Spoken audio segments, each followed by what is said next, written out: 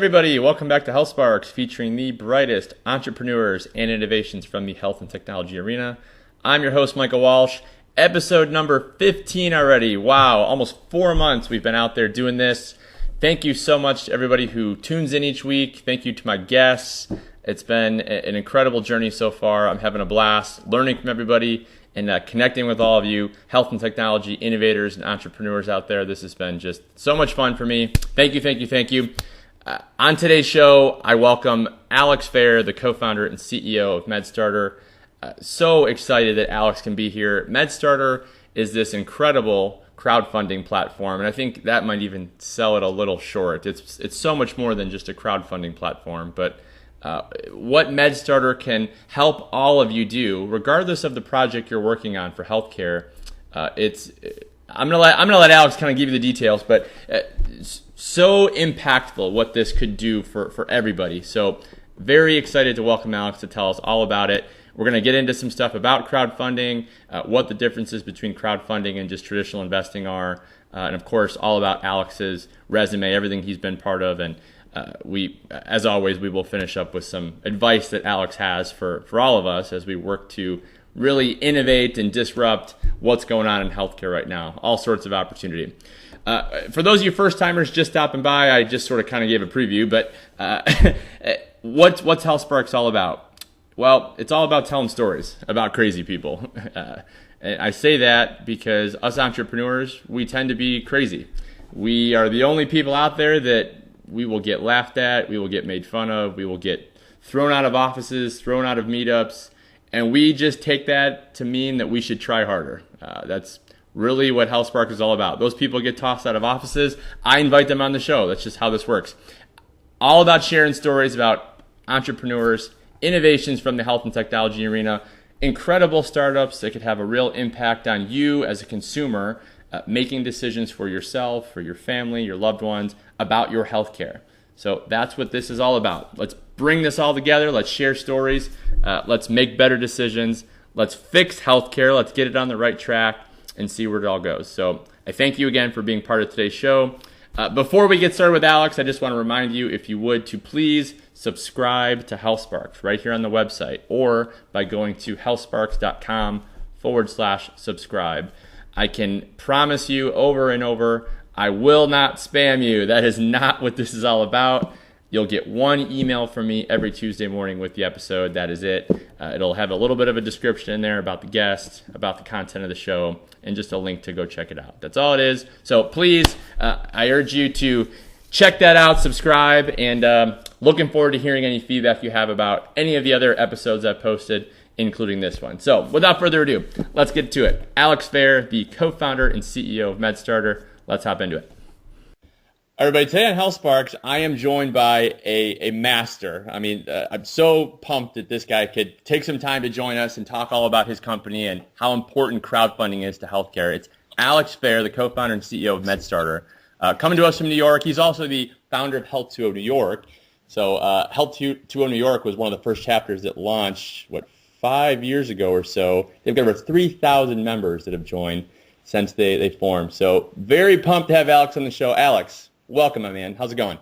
Thank you, Michael. And I'm very excited to be here. I mean, you guys got a great show. I love what you're doing out there in Dallas and online, of course, as well. So yeah, I'm equally pumped, so to speak. The godfather of healthcare crowdfunding is with us. I mean, I'm clapping on my end. This is incredible.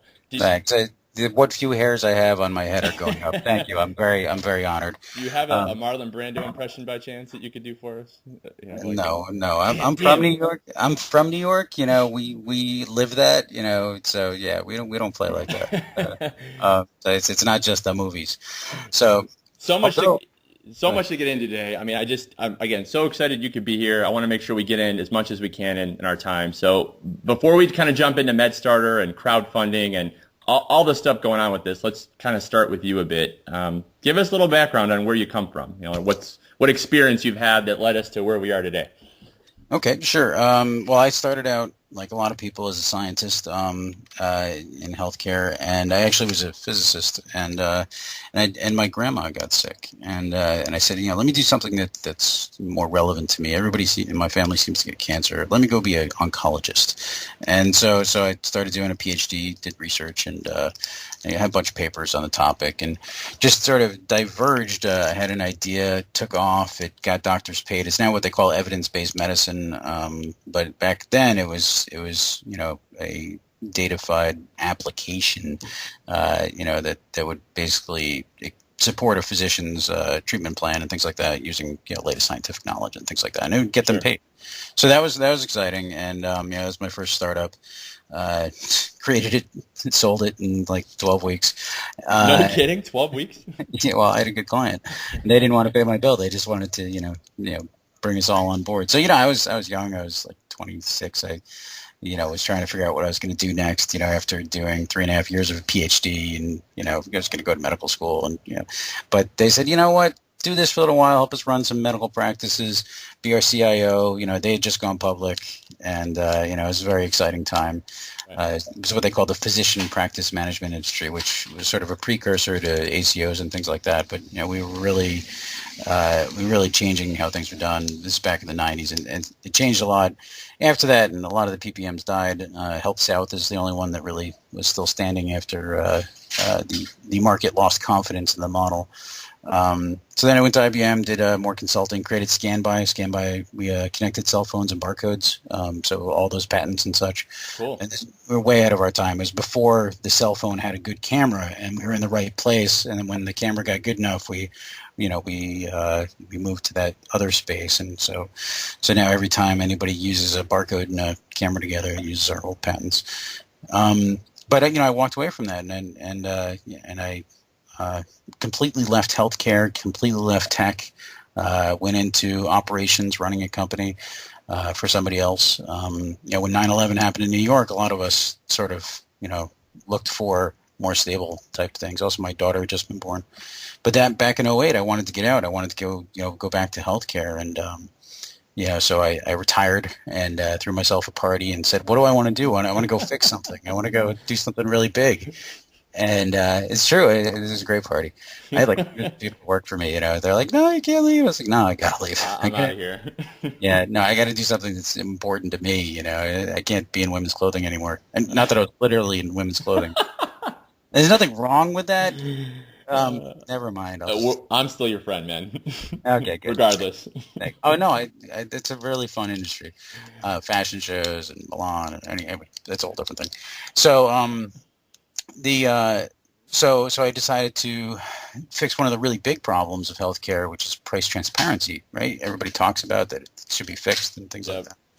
So I said, let's make a price line for healthcare. And I studied it, and I wrote a 50-page business plan, and I went to a Health 2.0 meetup. I didn't found the New York group, by the way. So on April Fool's Day 2009, I showed up to Health 2.0 and in New York, and I have this idea. I want to call it Fair Care MD. And I'm going to make prices that are fair for doctors and patients for both. And, to hell with the middleman. Who needs insurance? Yep. So very, very, I wouldn't say naive, because I'd already gone through terabytes of physician data and negotiated, payers to the mat for over 300 million in claims. So, I knew from that side, what doctors are really getting paid. Yep. I knew from the patient side, because, here I was on Cobra, and I was, starting to think about having to pay for my own care and trying to negotiate directly with doctors, and finding it was completely impossible. And so then I went around, I knocked on like 2,500 doctors' doors in New York City and said, hey, I've got this idea. My name's Alex. Be fair. I want to create this website called Fair Care MD. Here's a couple of screenshots of what I think it should look like. What do you think? And 466 of them didn't throw me out. Well, no, 466 of them let me in. 100 didn't throw me out and said, yeah, they would do that. But the thing I did wrong is I didn't make them pay for it, right? I didn't say, would you pay for this? And if so, is $30 a month too much? Right. I didn't have the audacity to do that. I'm not a born sales guy, and I literally, I took the most aversive thing I could think of doing, which is going door to door in New York, and asking doctors. And I said, that's what I got to do, because otherwise I'm never going to know. But I didn't know that you got to get the bill of sale. Right. You know? Well, so was the original intention just to have them use this thing for free, or did you actually want to like charge for it? So no, I want to charge $30 a month. ZocDoc had launched like a year before, also in New York, using roughly the same method. Cyrus, is famous for getting thrown out of one doctor's practice or something like that. But Yep. just talking about scheduling, right? I was talking about their money. They were very skeptical, and I didn't listen as well as I should have, to be honest. And I wanted to believe that it would work. And figured that once the patients saw it, they would love it, and that would drive the revolution. And but you had to have chickens or eggs, and I figured the doctors would be the chickens, and then the eggs would come, and it worked. We got 100 doctors signed up. We set up the site. We designed it to be SEO amazing. We would get 7 out of 10 spots on page 1, for a Google search for something like colonoscopy in New York. And we'd have literally, 12 different prices for colonoscopy, in New York. And it would be half the Medicare rate on average, the average amount paid, actually, not half the Medicare rate. Right. It worked really well. So to date, there's been 550,000 searches on the site. A couple 100,000 people been there. Thousands of deals done. There's still only a couple hundred doctors in the system, but so in 2012, I wanted to do what we called version 3, Fair Care Everywhere, but we didn't have the revenue for it, and I was tired of spending my own money for it, so I went to go crowdfund it, and now my co-founder of Fair Care, this guy named Mike Pence. Now, he had left Kickstarter after developing their original platform back in '08, and he came to us in '09, and he was the guy who developed Fair Care with me, and so it was always on the top of my mind of this crowdfunding thing. So so we went to Kickstarter and we tried to do it, and then we saw the rules, and the rules clearly state no healthcare projects. I'm like, well, that's funny. Why not? Yeah, exactly. And I can go into that now. I didn't know at the time. So then I went to Indiegogo to see what they were doing in healthcare. And I looked for a successful healthcare project. And you could find like a weight loss book and a movie, but I could not find a single healthcare innovation project. And here I am running Health 2.0 at this point for 2 years. I've got thousands of people in my meetup group. I know hundreds of innovators, guys like Matt Browning and Murray Jones, made Your Nurses On and talk about health, and hundreds of others. The guys who started Medivo. I mean, we all started at the same time with our innovative new ideas. And it's like, these guys are all going through the valley of death. And this is going to be something that needs to be done. Sure. So we actually we set up our own. Yep. All right. So it sounds like this is kind of the evolution of how Medstartr came to be, and it was launched last July, right? You guys are coming up on your 1 year, correct?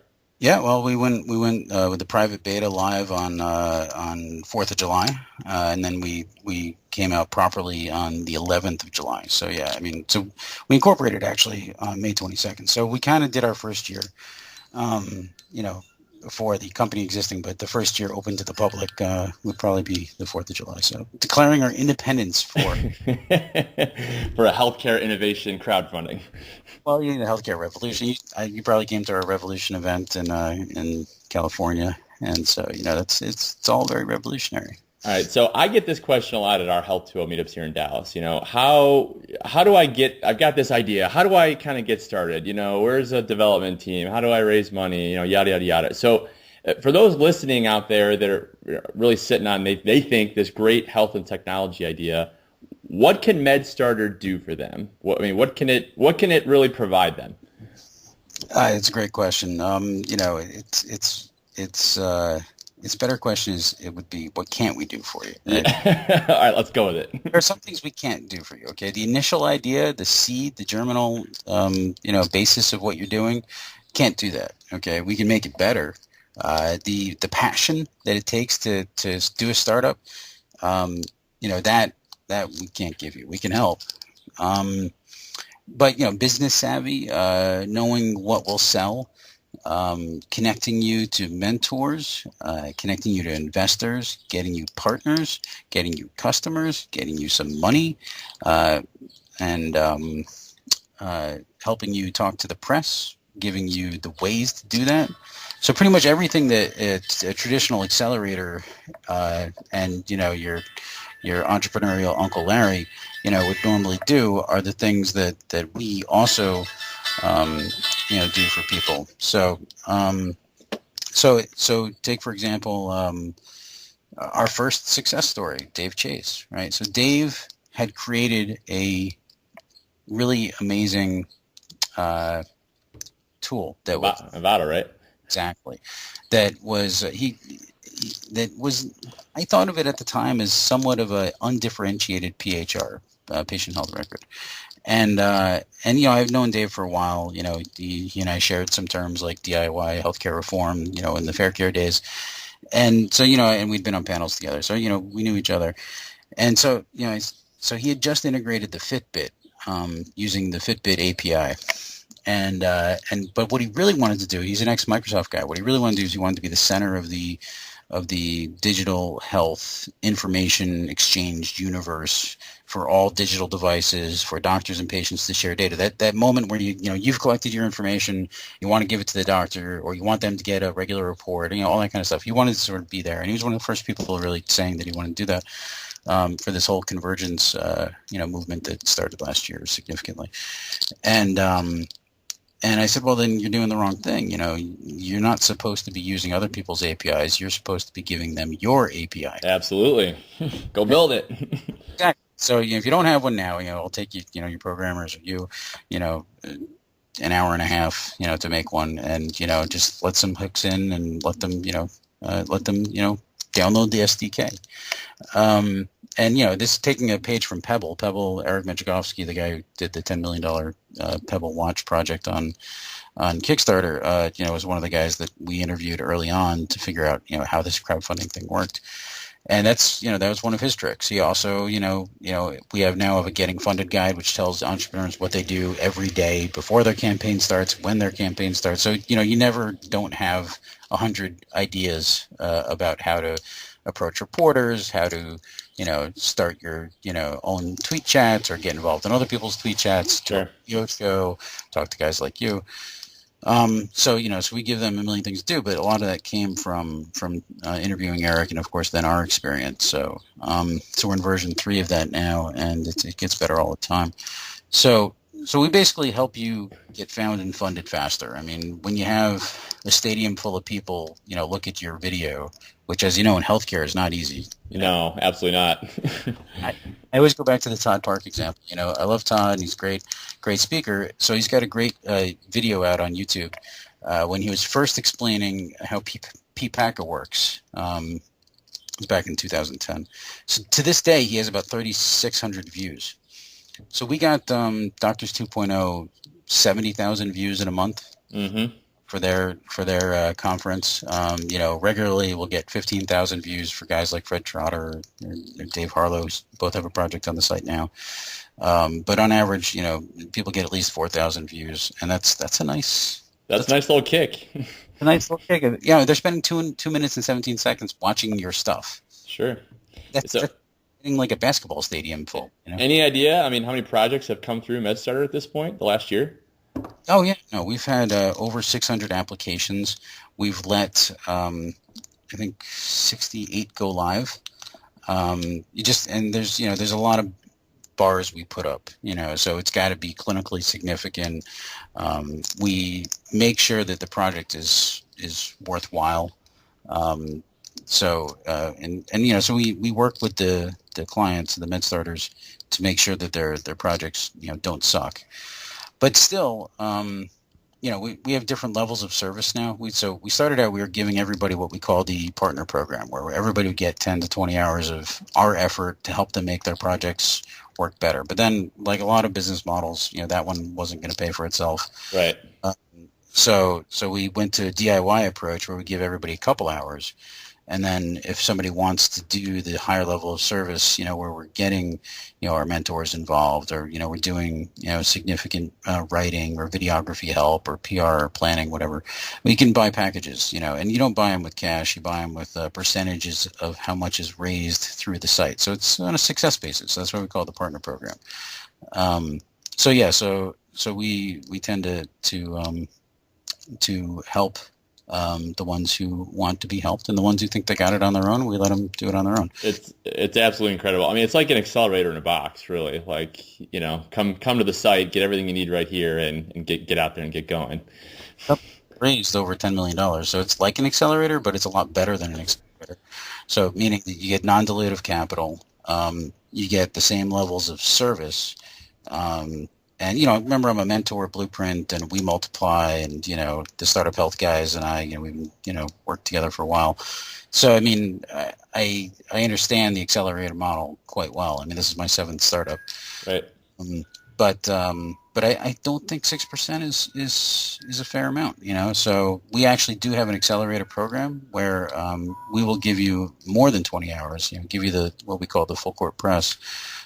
With everybody doing everything and making sure everything happens. And, we only charge about 2% of the company for that level of service. And, we've got our first class signing up. We've got the agreements in place. And we gave that level of service to our first 25 clients who've gone on to raise $10 million. So, it's a beautiful thing. I'm shaking my head here just at the amazingness of it. But I want to clear something up just for people listening, because same thing. I get this question a lot, and sometimes I'm not quite sure how to answer it. How does it work in a crowdfunding model where I come to Medstartr, I raise a bunch of money? Does Medstartr, like you just sort of went over it, but let's be clear. Does Medstartr get a piece of the company? Do they just charge for the transaction fee? Like, how does that work? And what about for the people that actually put the money in? Like, what do they get? Oh, that's a great question. So there's about 4 questions in there, but we'll take it. Sorry. So there are 4 types of crowdfunding. Okay, we currently do 2 of them. One, so they are based on donations, which can be tax deductible or not. It can be based on rewards. You get the free T-shirt, get the Scan-A-Do, get the whatever. Mm-hmm. It can be based on credit, so you could actually be taking out loans essentially and getting back, you promise to give people back 8% or whatever, and of course there's equity. And now the Jobs Act made equity actually somewhat illegal until they worked out the rules, but it did lay out a path to make it legal to do crowdfunding for equity. And now a couple of companies have started doing it, even though the rules haven't been worked out, and even though the deadline's passed and things like that.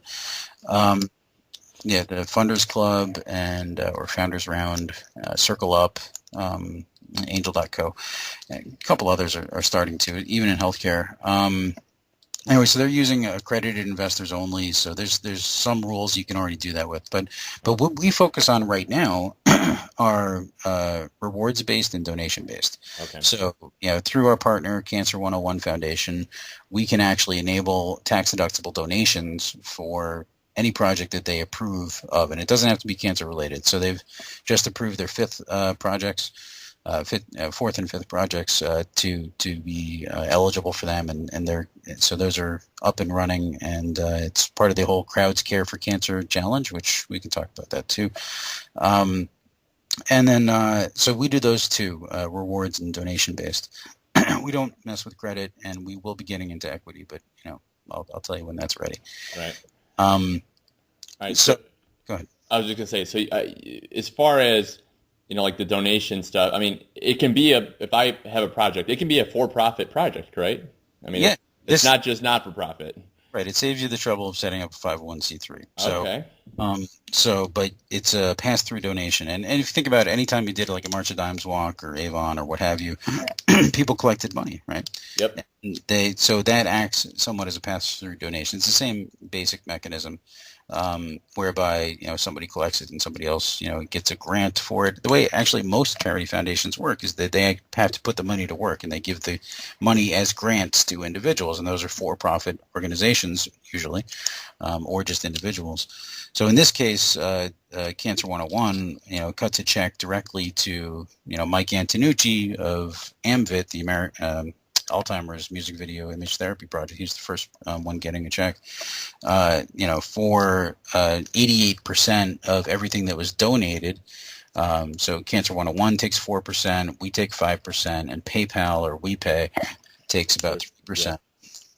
So it's a pretty efficient donation mechanism. Usually, when you give money to Susan G. Komen or what have you, if you get 88% direct to the entrepreneurs, to the as opposed to program or administration or all those other things that they stuff into their non-direct funding of projects. We think it's a highly efficient method, and if you don't do it that way, then the people don't donate as much. Sure. So we find that it increases donations by at least 25%, in some cases 44%. Obviously it's hard to get real numbers on that, but that's take a good project comparable with donations, without donations, tax deductions. That's what we found. All right, so the $1 million question here. You look at some of the numbers in the news, especially in health tech right now. I mean, angel deals, venture deals right now are up, some 30, 40%, since last year. It's a hot space to be in. Even the crowdfunding metrics I went and looked at here last night, and from in between 2011 and 2012, it about doubled in terms of the number of platforms, the dollar volume. Just crowdfunding is also real hot right now. So I'm a health tech entrepreneur. Sell me on why crowdfunding is the better way to go over your traditional angel investing, VCs. Why is this the better way to do it right now? Well, I don't think that they're mutually exclusive. So I'm not going to tell you to do one versus the other. Our companies have raised $10 million, but not on Medstartr. Okay, we taught them how to do it. We got them massive exposure.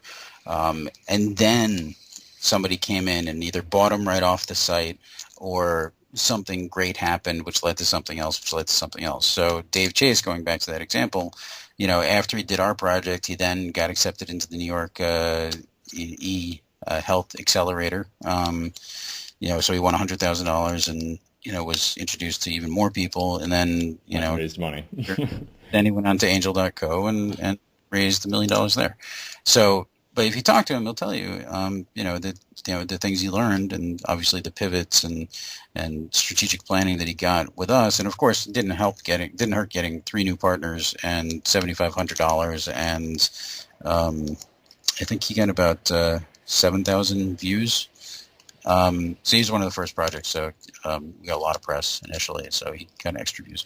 But I think then again, a guy like Fred Trotter raises $45,000, gets 24 partners, becomes the de facto standard for physician referral information, and he doesn't need to go get funding. So there's a whole different approach here. But then you have some people who completely fail on Medstartr but succeed off Medstartr. So Matt Browning, I'll be honest, he really only put his project on Medstartr because I asked him to. Favor. He's a great friend, and I wrote the project for him. We took it to video, and we really did everything. And but he got over 4,000 views, and he got a couple of big implementations that started right afterward. Big hospital systems, and now he's just got funded another, $350,000, thrown into the kettle for Your Nurse Is On, for a company that, it's a great solution, and he was in that really long sales cycle with hospitals, and it just, it juiced them up, and it got things going. So no matter where you are in your cycle, Captricity didn't raise anything through Medstartr, but they also got about 5,000 views of their video, and they've got a great product. They had a great video, not good for crowdfunding, but definitely good to get 5,000 people to watch it in healthcare. Right. They got 1.6 from the Knight Foundation and a bunch of others, and and they're off to the races. So it's not a matter of picking crowdfunding over one or the other. It's more just this is another new option that entrepreneurs, or even non-entrepreneurs, just people running projects for organizations can rely upon to get the news out about what they're doing and just sort of get some exposure and awareness about the project and what it could do for people. Right. Well, every entrepreneur has to do 4 things, right? They got to make a great product. They've got to get investors. They've got to drive awareness and exposure, and they've got to take care of existing customers and get feedback for them and listen really well. So in crowdfunding, you can actually do all four of those things at once. Whereas if you're going around to 37 VCs and you have your typical 2 to 3% chance of actually, succeeding in that process, you've just spent 2-3 months of your life, pounding the pavement, flying to different cities and trying to get people to, invest in you. And it doesn't usually work. Sure. Yes, you hear about the good things. On the other hand, you've got a great product like Scanadu. You make a nice video. Sunny Vu, I mean, he raised $800,000 selling his shines. Scanadu's over $1 million. You buy them, and nobody expected that one. Right. Doing interesting things. So a lot of consumer-focused products can go direct to market. The one company that got bought directly off Medstartr was a consumer product. Bausch and Lomb, swooped in and bought them after they were on the site for 4 days, and they saw that they were going to have a new competitor. No kidding. Yeah, they had 996 views. They had 18 people buy their products. So, like a 2% adoption rate, which is about average. Mm-hmm. And suddenly, a term sheet, was in their inbox.